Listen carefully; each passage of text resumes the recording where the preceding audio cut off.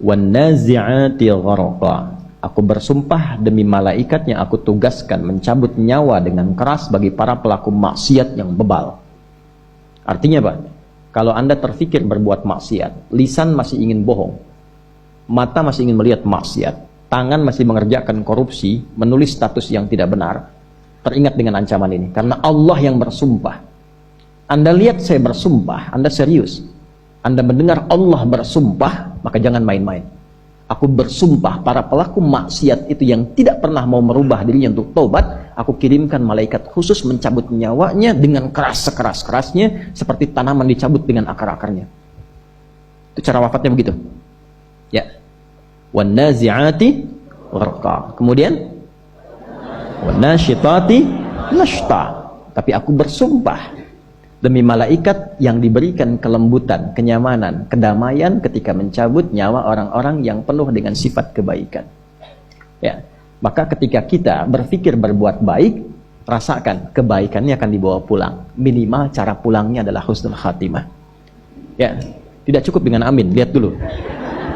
Perhatikan baik-baik. Sekarang ayatnya bukan hanya kita dengar, tapi ditampakkan di hadapan mata. Nah, kata para ulama, kalau sudah tampak di hadapan mata itu dan belum yakin kita juga dengan itu, berarti ada yang salah dengan cara kehidupan kita.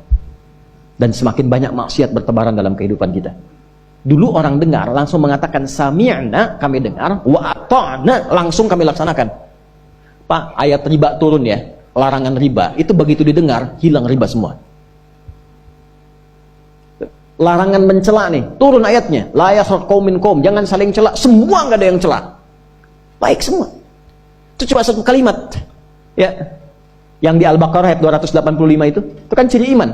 Amanar rasulu bima unzila ilaihi mir rabbih wal mu'minun, dan ayat itu ditempel di dinding Ka'bah di bagian dalam. Jadi Rasul, sahabatnya, orang-orang beriman punya karakter itu. Nah, kita mengaku beriman harus punya itu. Apa? Sami'na, ketika dengar, wa ata'na, langsung amalkan. Jangan mencela, gak usah nyela. La yaghtab ba'dukum ba'dha, jangan gosip. Ya, jangan gosip. Ya, saya nggak gosip, cuma nonton aja ya. Ini nggak gosip tapi bikin acara gosip. Ya. Itu tipikal orang beriman, sami'na, baru dengar, langsung diamalkan. Nah, sekarang levelnya naik. Yang didengar itu ditampakkan oleh Allah dalam kehidupan. Ditampakkan oleh Allah dalam kehidupan. Ya ayyatuhan nafsul, hei jiwa-jiwa yang tenang. Mutmainah itu sifat tumakninah. Tumakninah adanya di ibadah. Jadi orang yang rajin ibadah, rajin tumakninah, merubah keadaan jiwanya menjadi mutmainnah. Ketika wafat dia tenang. Kenapa? Karena punya bekal ibadah. Ditampakkan hasil ibadahnya. Tumakninah itu adanya dalam sholat, ruku sampai tumakninah, sujud sampai tumakninah, sampai hatimu merasa tenang. Makanya sholat itu satu-satunya amalan yang membuat kita tenang secara paripurna. Tempatnya masjid, masuk masjid pun sudah tenang. Anda tadi dari rumah, di jalan nggak enak, buru-buru, tapi ketika sampai ke masjid, dari luarnya aja udah beda kan auranya, udah lain. Apalagi ketika diisi dengan amalannya.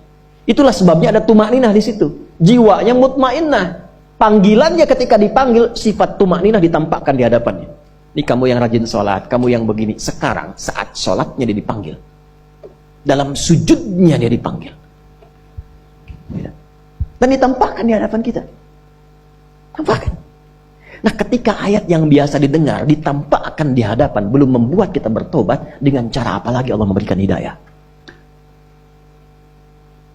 Apalagi ayatnya dibacakan, kejayaannya ditampakkan, yang datang yang menerangkan namanya hidayat.